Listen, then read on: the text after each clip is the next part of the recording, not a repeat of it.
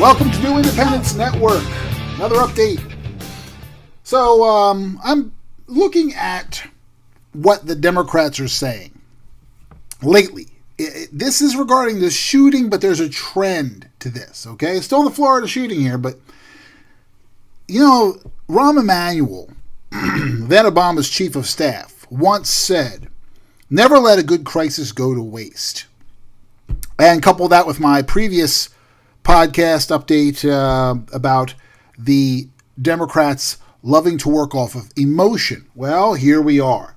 Now, let's add to that in this stew of Democrat political gamesmanship, if you want to call it, corruption.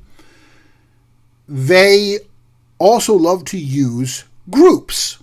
You see, while Republicans like to treat all Americans as Americans, Democrats, liberals, and the left only see America as different groups. They see a black America, they see a gay America, they see a female America, they see a transgender America, an LGBT WTF America. They see a Muslim America, but they don't see an overall America, an inclusive America. They see groups, and the more they can divide America into groups, the more they can fractionalize this country, they think this is going to be their path to victory. Well, it's not working because they're losing. See, Obama was their first use of the fractionalizing of America. I mean, first major use of it. They've always used the poor versus the rich. They've done that for years. The poor versus the rich. Bill Clinton, I'll feel your pain. And every time there's Reagan wants to pass a tax cut, it's the haves versus the have-nots, the poor versus the rich, or the rich versus the poor. Okay? Then you have the 1%. Well, that came after. Then you had Obama. I mean, you've always had divisions. Then you have Obama. Obama was, they've always tried to use race, but Obama was the real linchpin for them. They're like, now we can really use race because we're putting up a black president. And it worked for them. They got a black president for 8 years. However, the perpetual division in between during Obama's presidency led to a major division within the country of political ideology.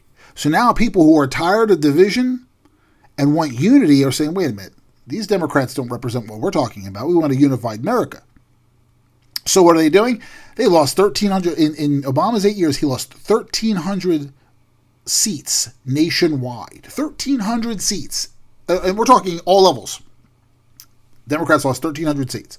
Lost control of the House. Lost control of the Senate. In the off years when, there's going to be some losses by Democrats in the off years. 2 years into a presidential administration with the Democrats in charge, you're going to lose some seats. But Obama kept losing. And they kept losing. They lost control of every single election. And it was landslide. It wasn't even minor. It was a landslide because the people of America do not want division. They want a unified America. We're all Americans. Well, after that, during that election, the 2012 election, it was the 1%. The manufactured Occupy Wall Street movement, which they created to counteract, the organic Tea Party movement, the tax enough already movement. That started organically. That wasn't manufactured by George Soros and Democrats. It evolved from people who were tired of the government spending all of their money. Tired of the government controls, tired of big government, tired of taxation, and the Republicans weren't. The rhinos in Congress were not listening. Even George W. Bush, who is a rhino, he's an establishment rhino. He's not a real conservative Republican. He's a Republican in name only. More Republican than most of the rhinos, but still a Republican. So even he didn't listen, and they were spending too much. They were taxing too much. They weren't paying attention.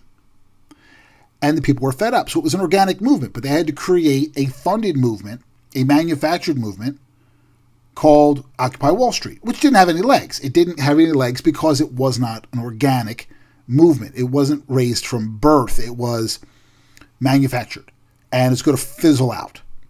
The fire didn't simmer. It was a quick pop and then fizzled off. Well, the division continues, and it continues. He divided Black America and White America because he wanted to. He wanted that division so they could play the race card. You have race hustlers, Al Sharpton, Jesse Jackson, you name it. Obama's included in that mix, who they are using Black Americans over and over again to ensure that they get the votes of Black Americans. They're scaring them. What they do is they take Black Americans and they say, Republicans are going to take away your Medicaid. Republicans are going to take away your food stamps. Republicans are going to take away your government aid. Republicans are going to take away your Social Security. Republicans are going to take away your unemployment. They scare them with fake tactics. They play on the people who don't educate themselves and just believe what the Democrats tell them. There are certain people, and this is in all races, doesn't matter who the groups are, there are certain people who believe everything the Democrats will tell them. Anything their party tells them, they believe it. You have to be a little more intuitive. You have to do some investigation and figure it out for yourself. You have an ideology, you have a belief system, but then when someone says something to you, like I mentioned in the earlier update, you have to use logic and do research and confirm it. So they use blacks in America to get votes. And I always attribute it, compare it to a crack dealer. They say, here's a free government handout. Here's a free dime bag. Here's a little sample. Costs you nothing. Take a little hit of this, a little hit of PCP, a little bit of crack. Try it out. Then you like how it makes you feel. So you come back, you say, I got to have more of that. I need my fix. So they go, sure. But it's going to cost you a lot of money now.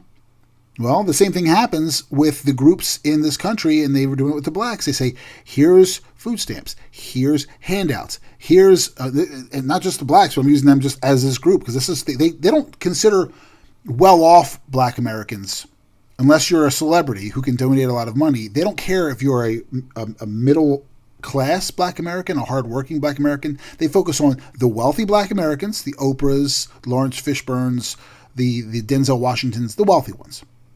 And they focus on the poor Black Americans. The middle class, they don't care. Because either you're going to vote for them or you're not going to vote for them. But what they try to do, and you're not going to be scared with the social programs being lost because you don't use them. So they try to scare the Black Americans who are using these programs. And it goes for pretty much everybody, but it's the same. Again, we're talking about the Black Americans right now because we're talking groups. It also works with the poor. Keep that in mind. So we're talking about the Black Americans. They say, you're going to lose these programs. Republicans are going to take them away, so you have to vote for us. There's your dime bag. Here's your free programs. Oh, you want them? Well, we're going to need your votes now. And then they vote for them. They vote for the Democrats, and the Democrats go, thank you for your vote, and then we're going to ignore you for another 4 years until we need your vote again. That's what Democrats do. Well, they also use, I said, poor Americans, the 1% versus the 99%. Which is a total misnomer, but they use it. And they tried to milk that. And it worked for some people. Okay? That doesn't help. Then they moved on and said, let's use Muslims, because Obama was a Muslim. We know this. I'm not, you know what, people can respond and can say, no, Obama wasn't a Muslim. No, he was a Muslim. God, he's a Muslim. He was and is a Muslim. It's that simple. If he's a Christian, he doesn't talk about Christ. If you're a born-again Christian, if you found religion, if you found Christ, those who find Christ, if you've ever dealt with people who've actually converted to Christianity, they cannot stop talking about Christ. They cannot stop asking you if you found Christ. Have you found religion? Have you found Christ? They ask you that at the gas station. They just do. And Obama never even mentions Christ. God forbid. He mentions his Christian faith, except for when he was talking to George Stephanopoulos on ABC and said, my Muslim faith, which we've all seen the video of that on YouTube. And then George has to correct him and says, your Christian faith. He goes, my Christian faith. No one says anything about that. Oh, he said his Muslim faith. Don't worry about that. You know, it's like if Trump were talking and accidentally said, my Nazi beliefs, not that he is, but if he said my Nazi beliefs, whoops, he slipped and said that accidentally when he meant to say my Republican beliefs, the people would lose their minds. And they would go for months, for years on it, and never stop. But Obama says, my Muslim faith. My Muslim faith. Oh, just Obama. Let him go. He's not a Muslim. He's only given $150 billion to Iran, a terrorist state and sponsor of terrorism. He's only allowing Hezbollah to come in here and deal cocaine in return for the nuclear program in Iran, making concessions with the Iranians. He's only supporting terrorism. Oh, by the way, you know, Iran, that money, some of that money, $150 billion of our tax dollars given to Iran. Yeah, some of that went to Hezbollah to fund their terrorist activity. Just letting you know. Because the Muslim chief did all that. So, come at me all you want. He's a Muslim, guys. Straight out. Anyway, you never saw him go to church. Never did. Unless it was, you know, when people were questioning his faith, when the questions were coming out around his birth certificate time, they're asking a lot of questions about him. Then all of a sudden he starts going to church occasionally. You know, big occasions. President Obama went to church with his family. And that's just a PR booth. But I digress. So, they use Muslims to curry favor with the Muslims, thinking that was going to work. It didn't work. They've tried the whole LGBTQ WTF movement. That didn't work. But they keep dividing. They've tried women that quickly. I mean, no sooner does Trump take the inauguration and now there's a women's march. Like, as if it was almost coordinated and planned ahead of time. They're using women, trying to use that. And what happens? That backfires on them with the Me Too movement, because now we find out all these Democrats, these Hollywood Democrats, these fat cat donors are molesting and raping women on a regular basis. Or you have your Kevin Spaceys and your other gays in Hollywood who are molesting young boys. What? You can look at it two different ways. Either A, it's backfiring on them, or B, they're trying to clear the table to pave the way to get the skeletons out of the closet, pave the way for another candidate. Because during the last election, Donald Trump did what no other candidate does, and he called Hillary Clinton out on being complicit to Bill Clinton's infidelity and her attacking women for being assaulted by the husband. Now, all these women, their words now are being accepted as gospel. He touched my boob. He did this. He molested me. He looked at me differently. And everyone's believing the women first. Not saying you shouldn't believe the women, but you need to have proof. You don't believe the woman and then automatically blame the man simply because of biology. You hear the woman, you do the investigation, you find out the truth. Then, if you find the truth, you go through due process, then you go after the man. You don't just automatically assume that the woman's right, because that's just as bad as a man blaming the woman for putting it out there and asking for it. So they're using women and they're trying to divide it that way. And what they're doing is, by clearing the slate, they're getting rid of basically Hillary Clinton. They're getting her off the books. She's trying to stay. She's fighting as hard as she possibly can to stay relevant.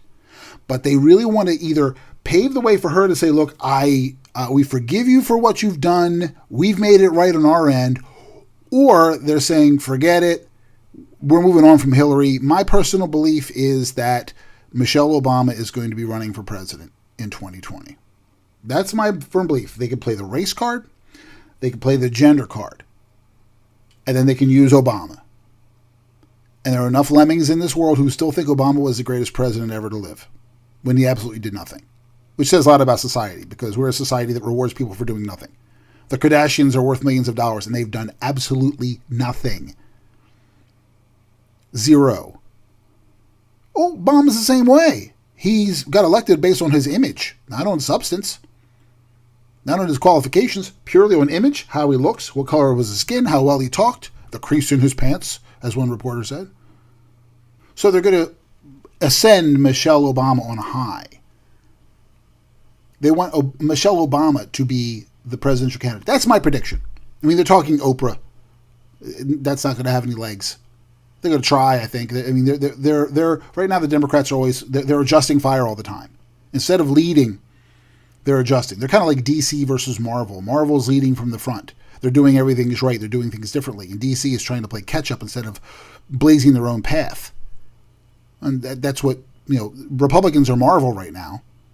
And Democrats are DC. And they're just really trying to play catch up to what the Republicans are doing. And they're like, well, they put up a celebrity, so now we'll put up a celebrity. Well, that's not how it works. That would be as ludicrous as the Republicans saying, oh, well, they had up a black president. We're going to put up a black president.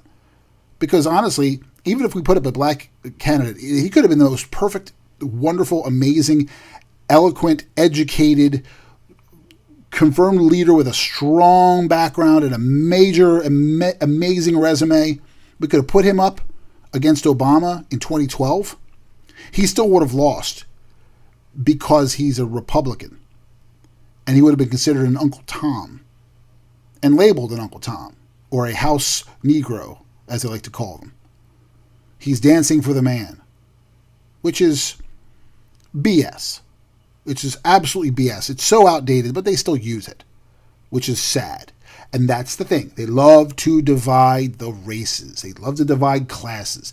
They got the Muslims. They've used them. That failed. They're trying to use women right now. That's a big thing. But the Me Too movement's kind of derailing that a little bit. Kind of derailing that. How can you say war on women? The Democrats or the Republicans are in a war on women when the Democrats have been warring against women for decades and turning a blind eye to it. So that's failing. So they're going to have to try for something else. Well, they're trying for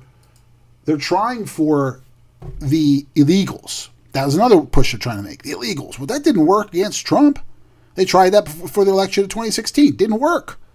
Because the majority of the people in this country do not want illegals in this country. But the Democrats always think that the minority is the majority, and it's not. The majority is the majority. That is why Trump won in easy fashion. So now they're going to move on to the newest group. Who can they use? Let me think. Well, if you look at Twitter, they're still trying to use illegals. Trust me. They're still trying to play that card. They're trying to use DACA. Now it's DACA because it's DACA. But keep in mind, there's a correlation here, okay? What is DACA? Deferred action for, I forget what that is. Deferred action for something. But it's the dreamers, the young kids that came over to this country. Here comes a connection. Who are they jumping on the bandwagon? Well, let's look at Twitter. Elizabeth Pocahontas Warren. Kids like Allie give me hope. This is an hour ago. They're smart, passionate, and unafraid to ask big questions. Thanks for the great question, Allie. Keep holding signs, knocking on doors, and speaking up. We're ready to hear your voice. This is about the shooting. Oprah Winfrey said the teen Parkland shooting survivors pushing for gun control are like the civil rights movement activists. That's an hour ago. There you're connecting children to race. Amazing. Now they're tying it all together. Let's see what else there is. Oh, I don't know. How about Barack Hussein Obama, the former Muslim in chief, 4 hours ago on Twitter. Young people have helped lead all our great movements. How inspiring to see it again in so many smart, fearless students standing up for their right to be safe, marching and organizing to remake the world as it should be. We've been waiting for you, and we've got your backs. Now they're using the children. And somebody said, some politician or analyst said they should try to lower the voting age to 16. Now they're trying to use the kids. Sorry, guys, kids are not very smart. And as a whole, they don't pay attention to politics, and they're very easily manipulated. What did I got to go here because it's a lesson in history. What did Adolf Hitler do? What did he use? Who did he train? The children. He brainwashed the children because they're very easily manipulated. He brainwashed the children. The Hitler Youth. Oh yeah, you had young people who were raised Nazis, and they were very, very easy to manipulate, and they were loyal. All your regimes, your communist regimes and your dictatorships, they always use the young people because they can. They have an unformed brain. They're not very smart. They give in to peer pressure very easily. They do a lot of stupid things, and their parents don't care because their parents don't raise kids anymore half the time. Most of your parents stick their kids in front of an iPad or let them binge watch whatever horrible show they're binge watching for hours, and you wonder why their brains are kind of in the mush now. Why they're... When I watch a movie, I lose myself for about 2 hours during that movie. I lose myself. I get into a different zone, and I transport myself into that movie. And then I get out of the movie, and it's kind of, you got to bring yourself back into the real world. And it's an adjustment. There's a small adjustment period. I don't know if that's like that for everybody, but it's like that for me and some other people I've spoken with.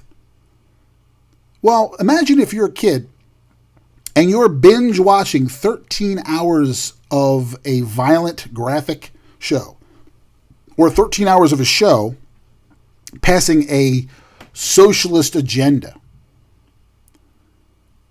13 hours of it straight. Now you get done the show. Are you that easily transported out of the show? Hell no. That's 13 hours. That's half a day almost. More than half a day. I'm sorry. More than half a day of your brain getting pounded relentlessly by the imagery and by the dialogue and the message. So these young kids are very, very easily manipulated, and the scum Democrats are trying to use your children and brainwash your children. That's their next play, guys. They're setting the stage right now, and they're using the deaths of people at a high school in Florida. They're dancing on the graves of the dead. I said that on a previous update a few months back. They're dancing on the graves of the dead and using the deaths of children to use children and manipulate them and play off of their emotions. Because kids, as we know, young kids, they're very emotional. They haven't learned to control their emotions yet. They got hormones running wild. The brain's chemistry is not quite settled in yet, and they haven't found their identity. And if they can find adults who listen to them, because adults don't listen to kids as a whole, they shouldn't, because kids don't make a lot of sense. Sometimes they do. For the most part, they haven't formulated their opinions yet. They haven't educated themselves enough yet to make a lot of sense.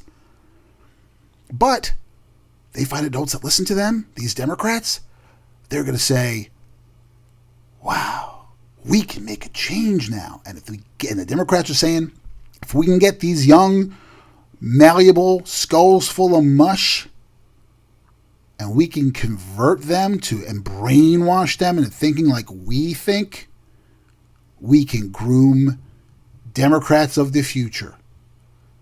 We can have voters, and in a couple of years, these 14-year-old, 16-year-old kids will be able to vote, and they're going to vote Democrat. You watch.